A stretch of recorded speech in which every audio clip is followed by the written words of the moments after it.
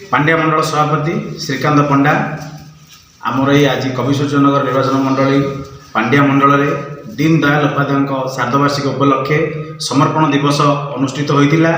एथिरे पांड्या मंडल समस्त कार्यकर्ता समस्त सभापति समस्त मोर्चार सभापति मान उपस्थित थिले।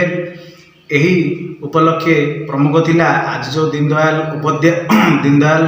उपाध्याय जो बड़ी समर्पण थिला भारतीय जनता पार्टी पाई तांकर जो बड़ी उत्सर्ग थिला जो बड़ी समर्पण थिला से विषय में आलोकपात करागला लोकों को बुझागला एवं लोक मैंने आज श्राद्धवार्षिक उपलक्षे भारतीय जनता पार्टी को किछि निज सामर्थ्य अनुसार समर्पण करिले एवं निजको भारतीय जनता पार्टी पाई को भली समर्पण करवा देश पाई समर्पण करवा से लोकों को सचेतना करागला।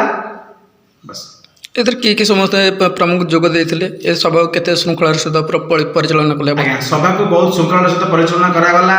यही सभा आम पांड्या मंडल प्रमुख सहप्रमुख प्रभारी आमर मोर्चार सभापति माने एक्जिक्यूटिव मेंबर माने आमर vice president secretary general secretary ये समस्ते आम ऑफिस बियर आईटी सेक्टर समस्त उपस्थित थिले।